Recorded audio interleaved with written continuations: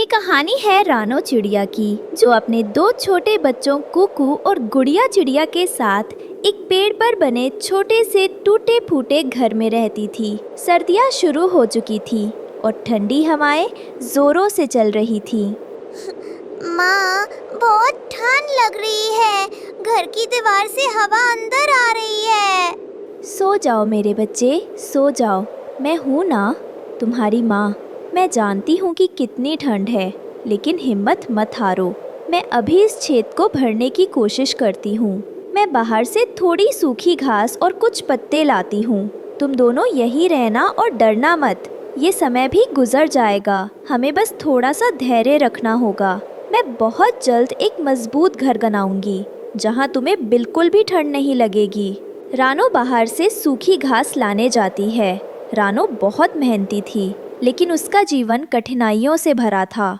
उसके दोस्तों, ये रहे हमारी आज की वीडियो के प्यारे सब्सक्राइबर्स और फॉलोअर्स के नाम। रंजना, यास्मीन, निशा शर्मा, आयुष शर्मा, रिशु शर्मा, रिचा सक्सेना। जो नहीं चुने गए, चिंता मत करो, अगली बार तुम भी बन सकते हो जंगल के सुपरस्टार। दोस्तों, अगर आप भी चाहते हैं मैं आपका नाम अपनी कहानी में लूं, तो देर किस बात की। बच्चे भूखे थे और घर कमजोर था।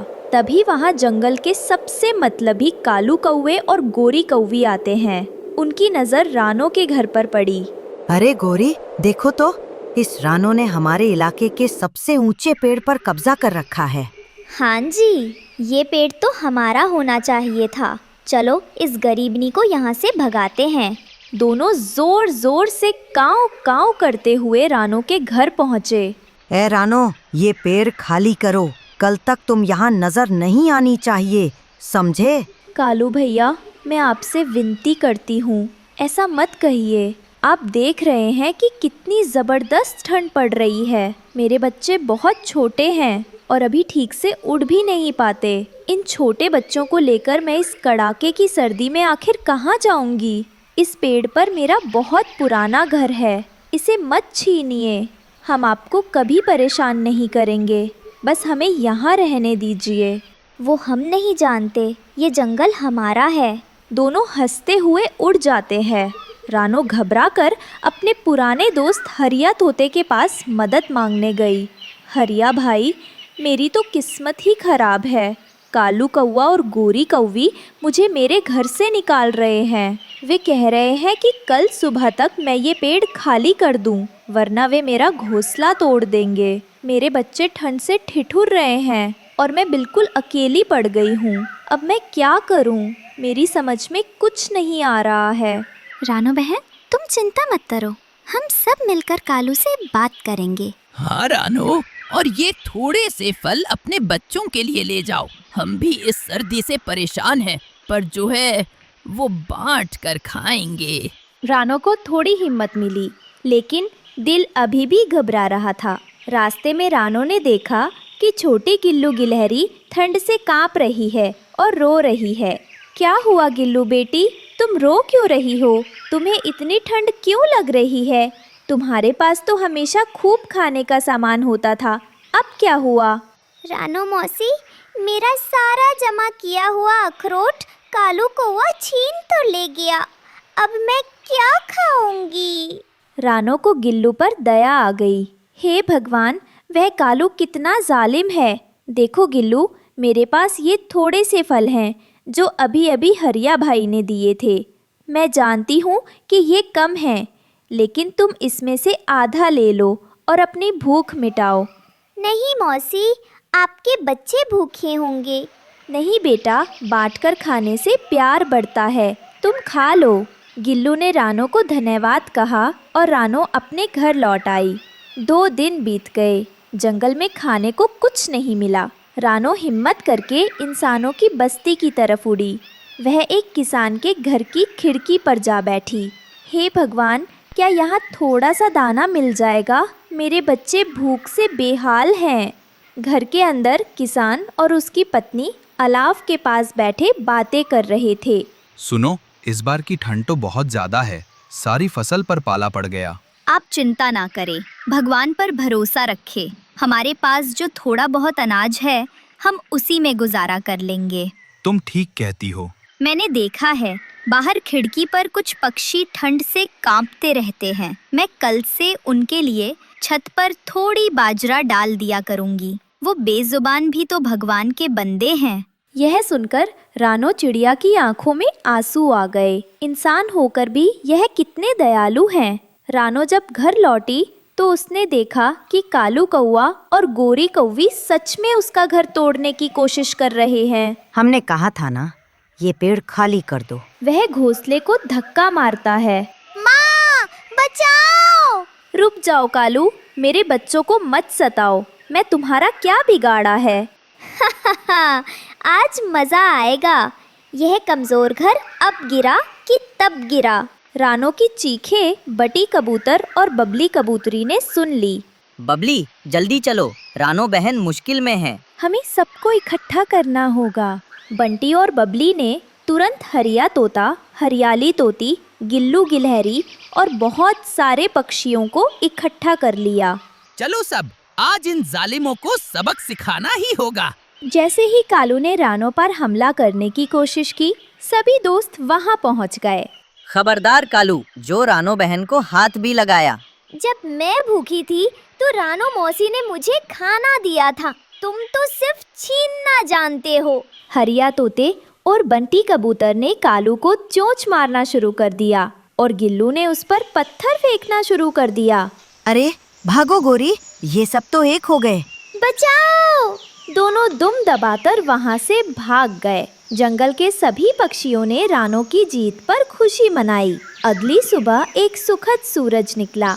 हरिया, बंटी और गिल्लू सब मिलकर रानो का घर ठीक करने में मदद कर रहे थे। रानो बहन, ये लो, किसान की पत्नी ने छत पर जो बाजरा डाला था, हम सब तुम्हारे लिए ले आए हैं। वाह, खाना! मैं आप सबका धन्यवाद कैसे करूं? आज अगर आप सब ना होते तो मेरा घर और मेरे बच्चे। रानो बहन, धन्यवाद मत कहो। हम सब एक परिवार हैं। सुख दुख में साथ देना ही तो असली दोस्ती है। रानो ने देखा कि उसका घर अब पहले से ज्यादा मजबूत था और उसके बच्चे खुशी खुशी खा रहे थे। रानो समझ गई कि असली दौलत घर या पैसा नहीं, बल्कि अच्छे दोस्त और एक दयालु दिल है। इस कहानी से हमें ये सीख मिलती है कि हमें ज़रूरतमंदों की मदद करनी चाहिए। जो दूसरों के साथ नेकी करता है, नेकी घूमकर उसी के पास वापस आता। मानोचुड़ा अपने घर से दूर सागर वाले जंगल में काम किया करता था और उसका परिवार पहाड़ों वाले जंगल में रहा करता था। अब मानोचुड़ा जल्द ही अपने घर वापस आने वाला था। मम्मा, कल पापा का जन्मदिन है। आप पापा को क्या गिफ्ट दोगी? मैंने बहुत ही अच्छा गिफ्ट देने का सोचा है कुकू बेटा, इसलिए मैं बहुत दिनों से पैसे जमा कर रही थी। मम्मा बताए ना, आपने क्या गिफ्ट सोचा है? देखो मेरे बेटे, मेरे पास कितने सारे पैसे जमा है। मैं इन पैसों से मानू जी के लिए मोबाइल फ़ोन लूँगी और उन्हें गिफ्ट में मोबाइल दूँगी। हाँ मम्मा, पापा दूसरे जंगल में काम करते हैं। अगर उनके पास मोबाइल होगा तो हम हर रोज़ पापा से बात कर सकेंगे। हाँ मेरे बेटे, मेरे पास तो ये छोटा सा मोबाइल है और आपके पापा के पास तो छोटा सा मोबाइल भी नहीं है, इसलिए मैं आपके पापा को बड़ा सा मोबाइल दूंगी। रानो चिड़िया खुशी खुशी अपने पति के लिए मोबाइल फ़ोन लेने जाती है। वो अपने जंगल की एक बड़ी सी मोबाइल शॉप पर जाती है और वहाँ से एक अच्छा सा मोबाइल पसंद कर लेती है। मानो जी इतना बड़ा मोबाइल देखेंगे तो बहुत खुश हो जाएंगे। बस जल्दी से कल हो जाए और मानो जी आ जाएं और मैं उन्हें उनके जन्मदिन पर मोबाइल फ़ोन देकर खुश कर दूंगी। रानो चिड़िया के पास उसका बैग था, लेकिन उसे नहीं पता था कि उसका बैग नीचे से फटा हुआ है। रानो चिड़िया मोबाइल फ़ोन बैग के अंदर रखती है। रानो चिड़िया अपने घर जा रही थी। उसे पता ही नहीं चलता कि उसके बैग से मोबाइल फ़ोन नीचे गिर जाता है। भूख से मेरे पेट में चूहे दौड़ रहे हैं। आज जंगल में दाना भी नहीं मिल रहा, क्या करूं? बुलबुल भोजन की वजह से परेशान थी। वो जंगल में इधर उधर भोजन की तलाश कर रही थी।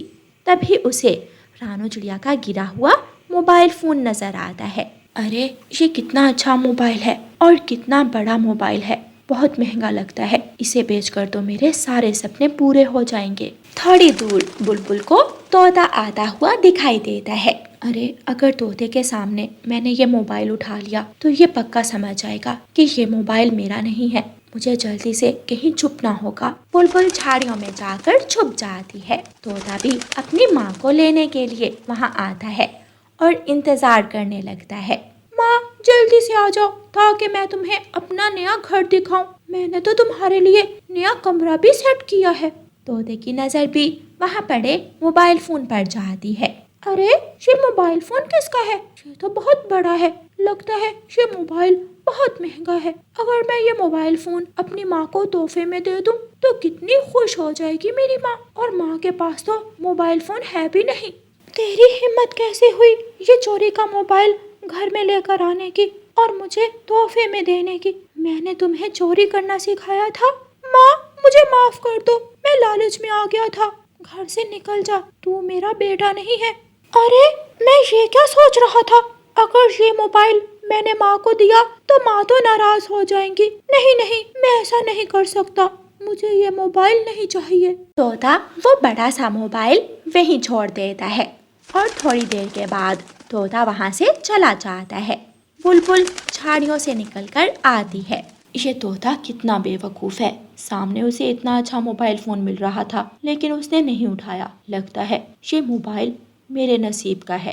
तभी उल्लू सेठ का बेटा फुटबॉल से खेलता हुआ आता है और उसकी नज़र मोबाइल फ़ोन पर जाती है।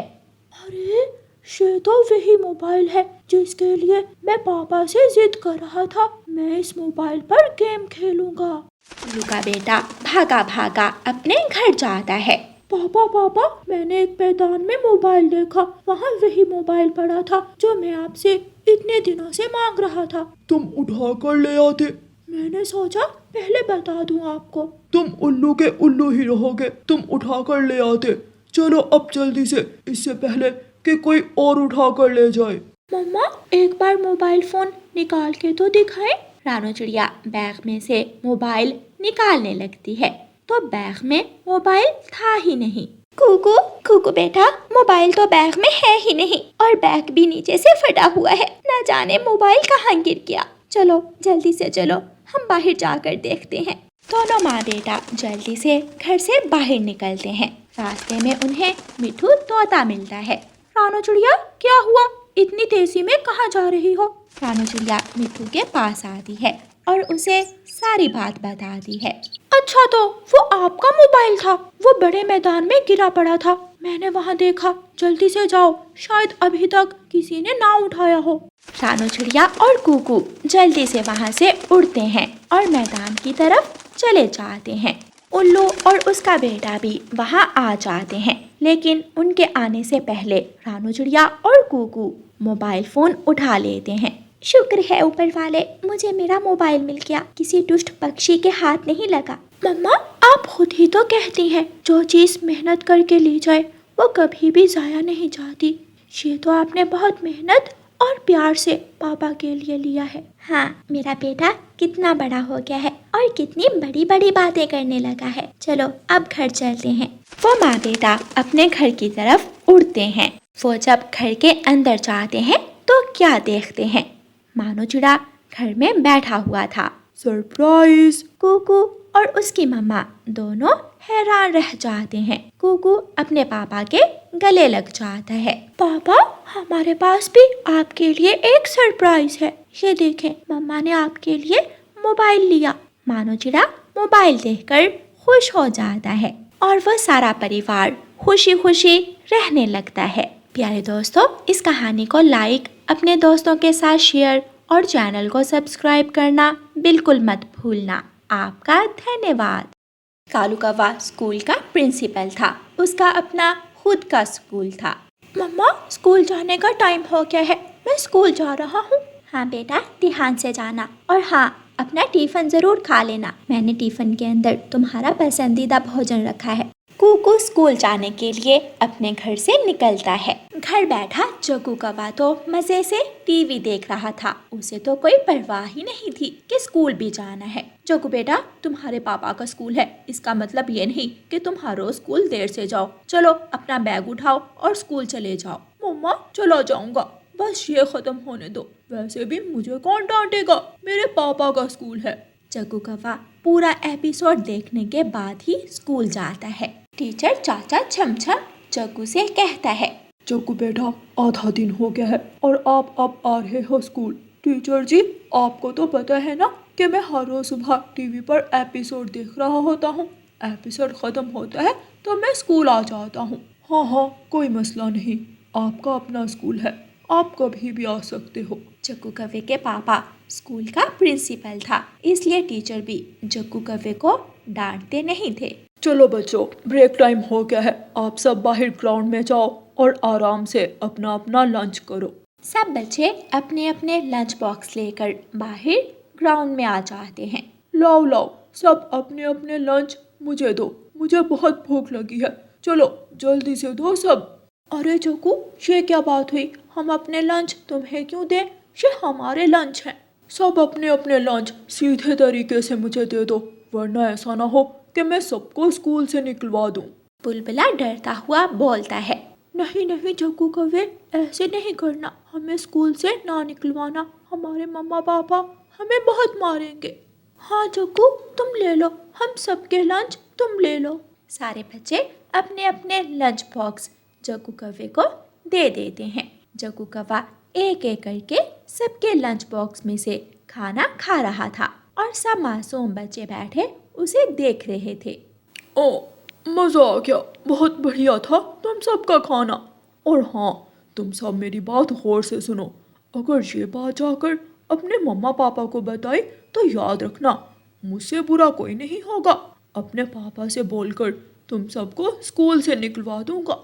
जग्गू कौवे से तो सभी बच्चे बहुत डरते थे, क्योंकि जग्गू कौवा पूरे स्कूल का डॉन बना हुआ था। छुट्टी के बाद सभी बच्चे भूखे ही अपने अपने घरों को चले जाते हैं। मम्मा जल्दी करो, मुझे खाना दो, बहुत भूख लग रही है मुझे। हाँ, देती हूँ। कूकू, तुमने अपना लंच नहीं खाया ना, इसलिए तुम्हें इतनी भूख लग रही है। नहीं मम्मा, मैंने अपने लंच बॉक्स में से सारा भोजन खा लिया है। वो असल में आजकल हमारे स्कूल में पढ़ाई बहुत ज़्यादा हो रही है, पढ़ाई की वजह से मुझे भूख भी बहुत ज़्यादा लगती है। फिर रानो चिड़िया अपने बेटे कूकू को खाना दे देती है। बाकी सब बच्चे भी भूखे थे, वो सब भी अपने अपने घरों में जाकर पेट भरकर खाना खाते हैं। कूकू मेरे बेटे, आजकल आपके स्कूल में बहुत ज़्यादा पढ़ाई हो रही है। मेरा बेटा कितना मन लगा कर पढ़ रहा है। अच्छा ये बताओ, कल मैं आपके लंच बॉक्स में क्या बना कर दूँ? जो आपको पसंद है मुझे बता दो, मैं सुबह सुबह बना दूँगी। कूकू दिल ही दिल में सोचता है, क्या फ़ायदा मम्मा लंच देने का, आप जो भी लंच देती हो वो मोटा जग्गू खा जाता है। देखना कल भी वो ऐसा ही करेगा। मम्मा कुछ भी बना दो, आप जो भी बनाती हो बहुत मज़े का बनाती हो। अगले दिन रानो चिड़िया कूकू के लंच बॉक्स में मज़ेदार आलू का पराठा बना कर देती है। सब बच्चे स्कूल चले जाते हैं। अरे ये कूकू सबसे आगे कैसे बैठ गया? सबसे आगे तो मेरी जगह है, इसको तो मैं अभी बताता हूँ। टीचर छमछम, आप देख नहीं रहे, ये कूकू सबसे आगे मेरी जगह पर बैठ गया है। कूकू चलो बेटा पीछे जाओ, आगे जग्गू कौवा बैठता है। चलो जग्गू बेटा आप आगे आ जाओ। कूकू उदास होकर पीछे चला जाता है और जग्गू कौवा आगे आकर बैठ जाता है। बच्चों, कल मैंने आप सबको होमवर्क दिया था, सब अपनी अपनी नोटबुक लाकर मुझे दिखाओ। सब बच्चों की नोटबुक्स पर होमवर्क पूरा था, लेकिन जग्गू कौवे की नोटबुक खाली थी। उसने तो होमवर्क किया ही नहीं था। जग्गू बेटा, आपने होमवर्क क्यों नहीं किया? आपकी तो सारी नोटबुक खाली है। टीचर छमछम, मेरा दिल नहीं कर रहा था होमवर्क करने का और फिर मैं बाहर चला गया था खेलने के लिए, इसलिए मैंने अपना होमवर्क नहीं किया। चलो कोई बात नहीं बेटा, मैं फिर से होमवर्क दूंगा। अगर आपका दिल किया तो कर लेना। ठीक है टीचर, अगर दिल किया तो कर लूँगा। जग्गू कौवे ने होमवर्क नहीं किया था, फिर भी जग्गू कौवे को डांट नहीं पड़ी थी, क्योंकि टीचर छमछम भी जग्गू कौवे से बहुत डरता था कि कहीं उसकी नौकरी ना चली जाए। ब्रेक टाइम सब बच्चे अपने अपने लंच बॉक्स लेकर ग्राउंड में आ जाते हैं और आज भी जग्गू कौवा सब बच्चों से उनके लंच बॉक्स ले लेता है। बच्चे जग्गू को अपना लंच खाते हुए देख रहे थे। ये जग्गू कौवा भी ना अपना लंच लेकर नहीं आता और हमारे लंच बॉक्स ले लेता है। हाँ, हर रोज ये जग्गू कौवा मेरी मम्मा का बनाया हुआ मजेदार खाना खा लेता है। आज फिर सभी बच्चे भूखे पेट ही अपने अपने घरों को चले जाते हैं। कुकू बेटा, आज मैंने तुम्हारा मनपसंद लंच बनाया था, तुम्हें कैसा लगा? हाँ मम्मा, दाल तो बहुत मजे की थी, खाकर मजा आ गया। दाल? कौन सी दाल? मैंने तो कोई दाल नहीं दी थी, बल्कि मैंने तो आलू का पराठा रखा था तुम्हारे लंच बॉक्स में। कुकू बेटा, मुझे सच सच बताओ, तुमने आलू का पराठा खाया था? कुकू तो फूट फूट कर रोने लग जाता है। कुकू मेरे बेटे, बताओ क्या बात है, तुम्हारी किसी से लड़ाई हुई है? फिर कुकू रोते रोते अपनी मम्मा को सारी बात सच सच बता देता है। ऐसे कैसे? वो जग्गू सबके लंच ले लेता है, उसके पापा का स्कूल है, तो इसका ये मतलब नहीं कि जग्गू कौवा कुछ भी करे। कुकू मेरे बेटे, तुम परेशान मत हो, कल मैं तुम्हारे साथ चलूंगी, देखती हूँ कि जग्गू कौवा क्या करता है। फिर दूसरे दिन रानो चिड़िया कुकू के साथ स्कूल जाती है। कुकू अपनी क्लासरूम में चला गया था और रानो चिड़िया प्रिंसिपल ऑफिस में कालू कौवे के पास जाती है।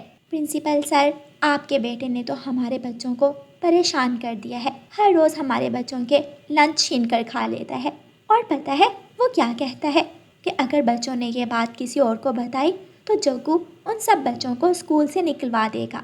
नहीं नहीं चिड़िया, मेरा बेटा ऐसा नहीं है, वो ऐसा नहीं कर सकता। ठीक है, फिर आज आप ब्रेक टाइम खुद देख लेना कि आपका बेटा क्या कर रहा है। थोड़ी देर बाद ब्रेक टाइम हो जाता है और सब बच्चे अपने अपने लंच बॉक्स लेकर ग्राउंड में आ जाते हैं। रानो चिड़िया और कालू कौवा छुप छुप कर सब देख रहे थे। क्या क्या लेकर आए हो तुम सब लंच बॉक्स में? मुझे तो बहुत भूख लगी हुई है, चलो जल्दी से अपने लंच बॉक्स मुझे दे दो।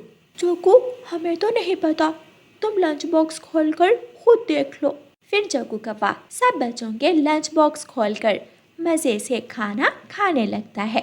मेरा बेटा ऐसा भी कर सकता है, मैंने कभी नहीं सोचा था, इसकी तो आज खैर नहीं। कालू कौवा और रानो चिड़िया सब बच्चों के पास चले जाते हैं।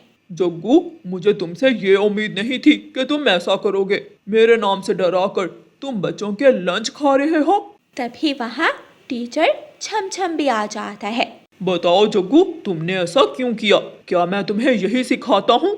देखा आपने प्रिंसिपल सर, हमारे बच्चे तो बहुत ही मासूम हैं, इसलिए जग्गू कौवे से डर गए। टीचर छमछम, जग्गू इतना कुछ कर रहा है और आपने मुझे कुछ नहीं बताया।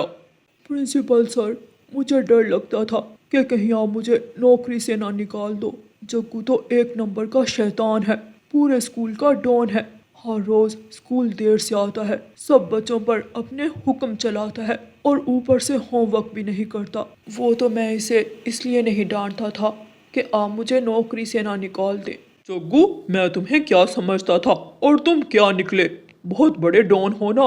आज मैं तुम्हें बताता हूँ कि डॉन किसे कहते हैं। कालू कौवा जग्गू को पेड़ के साथ उल्टा लटका देता है। जब तक छुट्टी नहीं होती तुम ऐसे ही पेड़ से लटके रहोगे। आज जग्गू कौवे को बहुत अच्छी सजा मिली थी और वो अपने दोस्तों से बहुत शर्मिंदा हो रहा था। प्यारे दोस्तों, इस कहानी को लाइक, अपने दोस्तों के साथ शेयर और चैनल को सब्सक्राइब करना बिल्कुल मत भूलना। आपका धन्यवाद।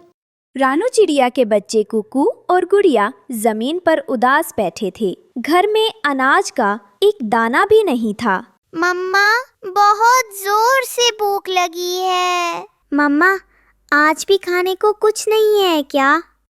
नहीं मेरे जिगर के टुकड़ों, ऐसा मत सोचो, आपकी माँ हार नहीं मानेगी। मैं जानती हूँ कि भूख लगना कैसा लगता है और मैं ये बिल्कुल बर्दाश्त नहीं कर सकती कि मेरे बच्चों को खाली पेट सोना पड़े। मैंने फैसला कर लिया है, अब हाथ पर हाथ रखकर नहीं बैठना है। मैं कल से जंगल के बाजार में सब्जी बेचूंगी। हमें मुश्किलों का सामना करना है, उनसे भागना नहीं है। लेकिन मम्मा, सब्जी कहाँ से आएगी? वो मैं बंटी कबूतर चाचा से बात करूंगी। अगली सुबह रानो चिड़िया बंटी कबूतर के हरे भरे खेत में पहुंचती है। बंटी भैया, मेरे बच्चे भूखे हैं, क्या आप मुझे थोड़ी सब्जियां उधार दे सकते हैं? मैं उन्हें बाजार में बेचकर शाम तक आपके दाने लौटा दूंगी। रानो बहन, आप बहुत मेहनती हैं। ये लो, ताजी पालक, मटर और टमाटर। मुझे आप पर पूरा भरोसा है। आपका बहुत बहुत शुक्रिया भैया। रानो सब्जियों की टोकरी सिर पर उठाकर बाजार की तरफ चल देती है। रानो चिड़िया एक पेड़ के नीचे अपनी छोटी सी दरी बिछाकर सब्जियां सजा लेती है। ताजी सब्जी ले लो, खेत की ताजी सब्जी। हरिया तोता अपनी पत्नी हरियाली के साथ वहां आता है। अरे रानो बहन, वाह, कितनी ताजी सब्जियां हैं। हमें सारी पालक और थोड़े टमाटर दे दो। तुम्हारी सब्जियां कालू कौवे की सड़ी गली सब्जियों से लाख गुना अच्छी हैं। धन्यवाद भैया, ये सब बंटी भैया के खेत की हैं। कालू कौवा और गोरी कौवी दूर से देख रहे थे कि रानो की दुकान पर बहुत भीड़ लगी है, जबकि उनका ठेला खाली पड़ा था। जी, देखा आपने, इस रानो ने आते ही हमारे सारे ग्राहक छीन लिए। चिंता मत करो गोरी, हम इतनी मेहनत से सब्जियां नहीं लाते, पर खाएंगे तो ताजी ही। वो कैसे? बस देखती जाओ। दोपहर का समय था। रानो को बहुत प्यास लगी। उसने अपनी टोकरियां वहीं छोड़ी और पास के तालाब में पानी पीने चली गई। बस एक घूंट पानी पीकर आती हूँ। जैसे ही रानो की नजर हटी, कालू कौवा तेजी से नीचे उतरा। उसने टमाटर और मटर की सबसे भरी हुई टोकरियां उठाईं और उड़कर घने पेड़ों में गायब हो गया। रानो जब पानी पीकर लौटी तो अपनी खाली जगह देखकर सन्न रह गई। अरे, मेरी सब्जियां, मेरी टमाटर की टोकरी कहाँ गई? लाल तोता और गिल्लू गिलहरी जो पास में ही थी, दौड़ कर आए। रानो बहन, क्या हुआ? लालू भैया, मैं बस पानी पीने गई थी, कोई मेरी सारी सब्जियां चोरी करके ले गया। हाय, अब मैं बंटी भैया को क्या दूंगी? रानो अपनी किस्मत पर रोती हुई जमीन पर बैठ गई। रानो चिड़िया रोते हुए बंटी कबूतर के पास पहुंची। उसने दिन भर में कमाए हुए थोड़े से दाने बंटी के आगे रख दिए। बंटी भैया, मुझे माफ कर दीजिए, किसी ने मेरी सब्जियां चोरी कर ली। मेरे पास अभी बस इतने ही दाने हैं। रानो बहन, आप रोइए मत। मुझे पता है आप ईमानदार हैं। जिसने भी ये किया उसने अच्छा नहीं किया। हार नहीं मानूंगी भैया, मैं कल फिर जाऊंगी, चाहे मुझे आधी रात तक काम करना पड़े। मैं आपकी बाकी उधारी कल चुका दूंगी। मेरे बच्चों का पेट और आपकी ईमानदारी का कर्ज दोनों मेरी सबसे बड़ी जिम्मेदारी हैं। मैं इन्हें पूरा करके ही दम लूंगी। उसी रात कालू कौवा और गोरी कौवी अपने घोंसले में रानो की चोरी की सब्जियों से दावत कर रहे थे। वाह जी, मजा आ गया। ये ताजे मटर तो बहुत मीठे हैं। देखा मेरा कमाल, रानो मेहनत करती रहेगी और हम मुफ्त का माल खाते रहेंगे।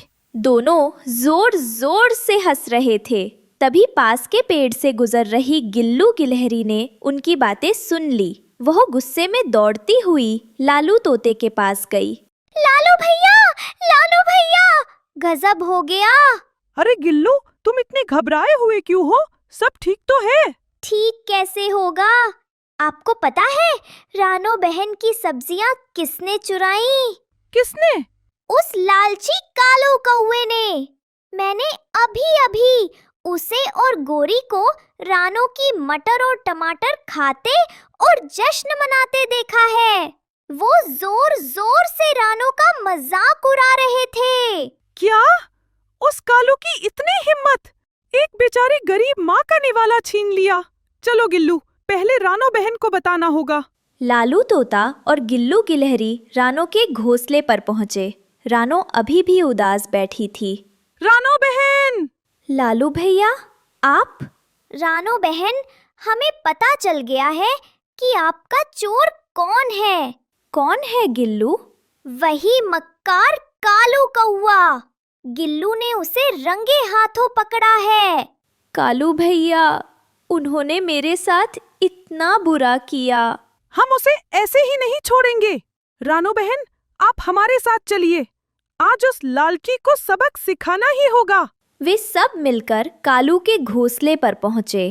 कालू, दरवाजा खोलो। जैसे ही कालू ने दरवाजा खोला, सबने अंदर मटर और टमाटर के छिलकों का ढेर देखा। कालू कौवे, तुम्हें शर्म नहीं आती? रानो बहन के बच्चों का निवाला चुराते हुए। कालू भैया, मैंने आपका क्या बिगाड़ा था? वो हमें माफ कर दो, हमसे गलती हो गई। अगले दिन जंगल पंचायत ने कालू को सजा दी कि वो 1 महीने तक बंटी कबूतर के खेत में मुफ्त में काम करेगा।